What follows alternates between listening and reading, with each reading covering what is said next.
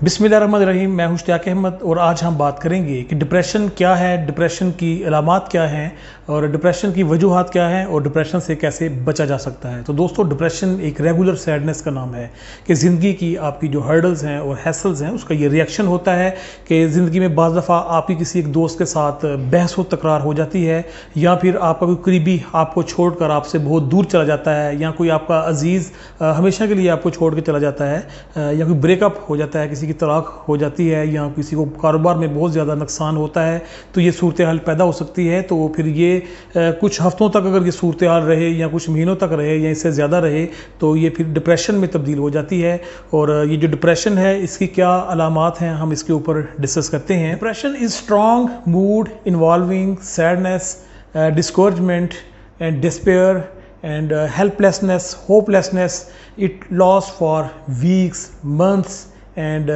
even longer. कि ये जो चीज़ें हैं, ये अफसुर्दगी बाज़ दफ़ा बहुत देर तक आप में रहती है और कुछ लोग तो इसको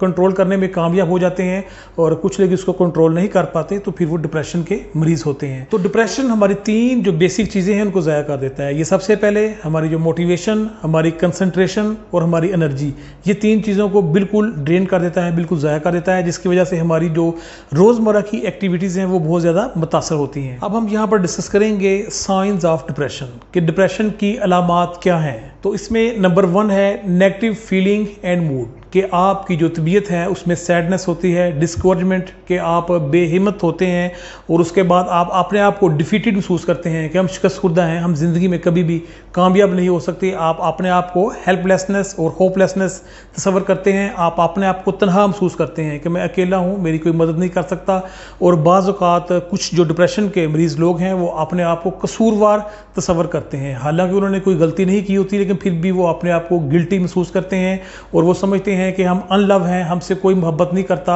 हम रिजेक्टेड हैं। तो इसलिए इस तरह की जो फीलिंग्स हैं, नेगेटिव फीलिंग्स उनके माइंड में आती हैं और इस डिप्रेशन की वजह से उनके अंदर जो एबिलिटी होती है, जो प्रॉब्लम को सॉल्व करने की, जो पॉजिटिव सोचने की एबिलिटी है, वो भी ज़ाया हो जाती है और वो हमेशा ऐसे ही नेगेटिव सोचते रहते हैं। नंबर 2 इसमें यह है कि नेगेटिव थिंकिंग, कि जो डिप्रेशन के मरीज़ हैं वो हमेशा नेगेटिव सोचते हैं, वो सिर्फ और सिर्फ फोकस करते हैं फॉल्ट्स के ऊपर, मिस्टेक के ऊपर, कि जो गलतियां उनसे सरजद होती हैं वो उनके ऊपर बहुत ज़्यादा अपने उसको माइंड पे ले लेते हैं और जो उनसे कोई अच्छे काम होते हैं उनको वो इग्नोर कर देते हैं और वो हर चीज़ को उससे कम वैल्यू में देखते हैं, यानी कि वो चीज़ों को बलीकर देखते हैं, यानी कि एक चीज़ की जो भी अहमियत है, उसकी जो क्वालिटी है, उससे कम तर उसको महसूस करते हैं और वो ये समझते हैं कि उनकी जो प्रॉब्लम्स हैं ये बहुत बड़ी हैं और इनको कोई भी सॉल्व नहीं कर सकता, और ये समझते हैं कि ये इनकी जो ऊपर जो मुसीबतें हैं ये सिर्फ इन्हीं के लिए हैं, ये सारी उम्र इन प्रॉब्लम्स में रहेंगे, इन मुसीबतों में रहेंगे और दुनिया में उनको कोई इस मुसीबत से बाहर नहीं निकाल सकता। यानी कि वो महसूस करते हैं कि the problems are too big to solve, कि जो उनके मुसीबतें हैं, जो उनकी प्रॉब्लम्स हैं ये बहुत बड़ी हैं, ये सॉल्व नहीं हो सकती। यानी कि वो सेल्फ क्रिटिकल करते हैं, वो अपने आप को ऊपर ही तनकीद करते हैं कि मैं अच्छा नहीं हूँ, मैं ऐसा नहीं हूँ, हालांकि ऐसा नहीं होता और ना ही लोग उनके बारे में ऐसा सोच रहे होते हैं, लेकिन वो सिर्फ डिप्रेशन की वजह से ऐसा महसूस करते हैं, उनके अंदर जो नेगेटिव थिंकिंग है ये बहुत ज़्यादा होती है, तो उस वजह से वो ऐसा महसूस करते हैं। नंबर 3 इसमें है लो एनर्जी, कि उनके अंदर जो एनर्जी है वो बहुत कम हो जाती है और वो हर वक्त थके हुए महसूस होंगे और हर वक्त वो एग्जॉस्टेड, हिम्मत हारी होगी। उन्होंने कोई काम उन्होंने करना भी है तो वो बहुत आस्ता आस्ता करेंगे, एक काम जो कि बहुत जल्द हो सकता है उसको वो बहुत ही ज़्यादा प्रोलॉन्ग कर देंगे, उसको लटका देंगे और बाज़ जो चीज़ें हैं, बाज़ काम को वो करेंगे नहीं कि ये हमसे हो नहीं पाएंगे। तो उसकी असल वजह ये होती है कि उनके अंदर जो एनर्जी का लेवल है वो बहुत कम हो चुका होता है। नंबर 4 इसमें है पुअर कंसंट्रेशन, कि वो कोई भी काम तवज्जो से नहीं करते। अगर वो स्टूडेंट्स हैं तो वो अपना जो होमवर्क है वो उसके ऊपर फोकस नहीं कर सकते, इवन कि अगर वो क्लास में हैं तो अपने लेक्चर्स के ऊपर फोकस नहीं कर सकते। अगर वो किसी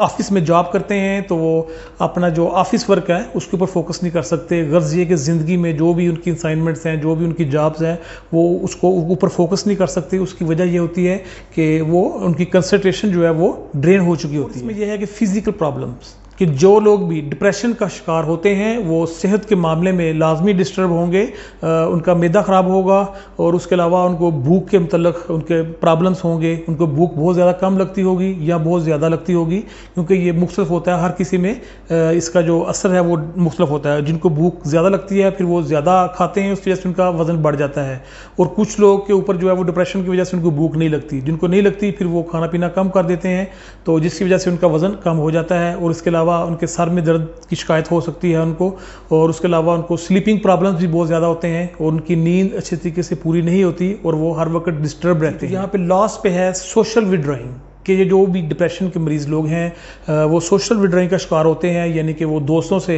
कम मिलना पसंद करेंगे। हालांकि डिप्रेशन की हालत से पहले वो ऐसे बिल्कुल नहीं होते और वो अक्सर दोस्तों के साथ मिलते हैं, गपशप करते हैं, पार्टीज़ पे जाते हैं, दोस्तों को अपने यहाँ इनवाइट करते हैं, उनके घर जाते हैं। लेकिन वही लोग जब डिप्रेशन का शिकार हो जाएंगे तो फिर वो तनहा रहना पसंद करेंगे और वो गैदरिंग वाली जगहों पर नहीं जाएंगे, हालाँकि उनकी तबीयत बिल्कुल पहले ऐसी नहीं थी। तो ये सब किसकी वजह से होता है? डिप्रेशन की वजह से होता है जी। तो व्यूअर्स, ज़रूरी नहीं कि जिन लोगों को डिप्रेशन है कि वो लोग जानते होंगे कि हमें डिप्रेशन है। डिप्रेशन कैन गो अनरिकॉग्नाइज्ड, कि बाज़ दफ़ा कुछ लोगों को डिप्रेशन होता है लेकिन उनको मालूम नहीं होता, उनको इससे अवेयरनेस नहीं होती कि वो इस वक्त डिप्रेशन का शिकार हैं, और ना ही उनके इर्द गिर्द जो रहने वाले लोग हैं वही जज कर पाते हैं कि इनको डिप्रेशन है, बल्कि वो उनके ऊपर जो है वो इल्ज़ाम तराशी करते हैं कि ये काम ठीक तरीके से नहीं करता और ये नालायक है, ये लूज़र है, ये कभी भी जो है वो कामयाब नहीं होगा। हालांकि वो एक मर्ज़ में मुब्तला है, वो डिप्रेशन के मर्ज़ में मुब्तला है। तो इसलिए डिप्रेशन जो है इसका इलाज हो सकता है, लेकिन ये एक चीज़ मैं यहाँ पे बताता चलूँ कि जो डिप्रेशन है ये कभी भी खुद ख़त्म नहीं होता,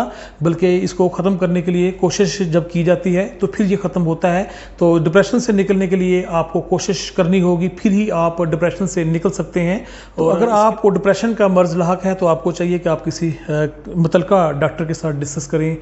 या फिर आपको चाहिए कि आप किसी काउंसलर के साथ बात करें, यानी कि जो डिप्रेशन के मतलब काउंसलिंग करते हैं या थेरापिस्ट होते हैं, तो उनसे आप सेशन करवाएं, उनके पास जाएं, उनसे टाइम लें।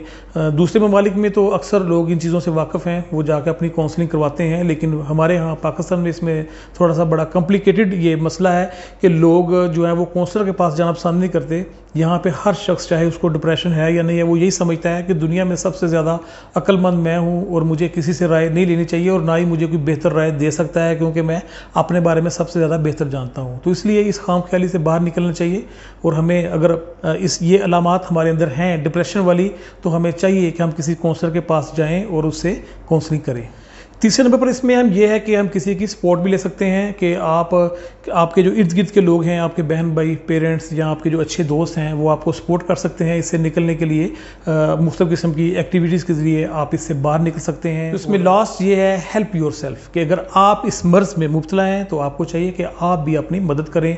इससे निकलने के लिए आपको अपने आप को प्रिपेयर करना होगा, अपनी एक्टिविटीज़ जो हैं वो चेंज करनी होगी, अपने जो स्लीपिंग के जो मामलात हैं वो बेहतर करने होंगे, एक्सरसाइज करनी होगी, और आपको एक अच्छी और हेल्थी डाइट लेने की ज़रूरत है और इसके मतलब जानने की ज़रूरत है, और मुख्तलिफ़ किस्म की जो अच्छी चीज़ें हैं वो करने की आपको ज़रूरत होगी। तो मेरी नेक्स्ट वीडियो भी इसी टॉपिक के मतलब है, उसमें 5 मैं ऐसी चीज़ें बताऊंगा कि अगर आप उनके ऊपर अमल करेंगे तो आप डिप्रेशन से बाहर निकल आएंगे। तो लिहाजा हमारे चैनल को सब्सक्राइब कर लें और इस मेरी वीडियो को लाइक भी कर लें, ताकि मज़ीद जो आने वाली वीडियोज़ हैं वो आप तक पहुँच सकें। इसके साथ ही इश्तियाक अहमद को इजाज़त दीजिए। अल्लाह हाफिज़।